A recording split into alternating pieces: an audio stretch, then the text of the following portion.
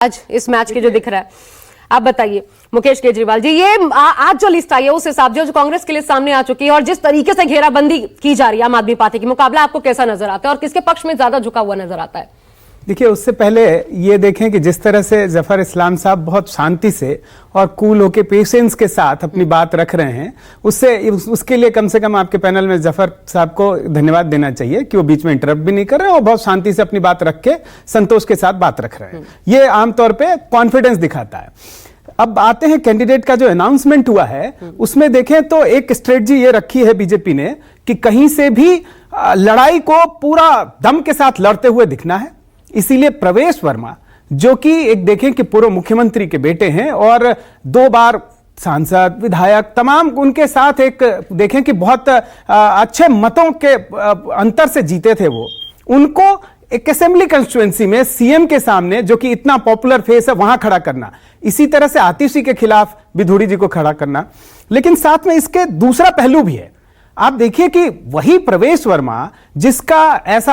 उनके बयान आना और दूसरा उनके साथ एक बैगेज भी आ जाता है। आप जब बात करते हैं, बीजेपी पूरे देश भर में घूम घूम के परिवारवाद की बात करती है, तो कहीं ना कहीं आ जाता है कि प्रवेश वर्मा क्या एक पूर्व मुख्यमंत्री के बेटे होने के नाते इस तरह से प्रमोट किए जाते हैं। और फिर उनसे जुड़ी हुई कंट्रोवर्सी, इसी तरह से विधुड़ी को भी अगर आप मौजूदा सीएम के खिलाफ आपने खड़ा किया है, तो आप देखिए कि संसद में चालू सत्र के दौरान जब कार्रवाई चल रही थी, उस दौरान एक मुस्लिम को को एमपी को जिस तरह के शब्द कहे, मैं क्या कोई भी भला इंसान किसी भी, मैं तो कह रहा हूं किसी सार्वजनिक मंच छोड़िए, अपने सपने में भी वैसी बात ना बोले, वैसी बात उन्होंने भारत के संसद में लोकतंत्र की मर्यादा को तार तार करते हुए जो कहा, इसीलिए मुझे लगता है वो इनाम मिला बाद में क्या, वो ऐसा इसीलिए उस समय रख दिया गया, आज इनाम दे दिया गया। लेकिन मुझे लगता है इसके पीछे बीजेपी की स्ट्रेटजी ये है कि हमें कहीं से भी ये झुका हुआ या डरा हुआ या अपनी गलतियों को स्वीकार करता हुआ नहीं दिखाई देना। हमें पूरे एग्रेसिव मोड में और सिर्फ आम आदमी पार्टी की जो 11 साल के जो एंटी इनकम्बेंसी है उसको आगे लाके चुनाव लड़ना है। तो उस रणनीति के तहत मुझे लगता है ये कैंडिडेट लिस्ट ठीक हो सकती है। लेकिन आप देखिए, भाजपा के पास दिल्ली में तमाम ऐसे चेहरे हैं जिनको, हर्षवर्धन कहां हैं, जो ईमानदारी का सिर्फ भाजपा में ही नहीं अभी आपको क्या नजर आता है? प्रवेश वर्मा ही मुख्यमंत्री पद के दावेदार के रूप में नजर आते हैं, वो चेहरा नजर आ रहे हैं? नहीं, अगर अरविंद केजरीवाल के खिलाफ खड़े किए गए हैं तो, अगर आप परिवारवाद का आरोप लगा रहे हैं तो, कि क्या साहेब सिंह वर्मा उसी वजह से उनको उनके समकक्ष खड़ा किया है? नहीं तो क्या योग्यता उनकी?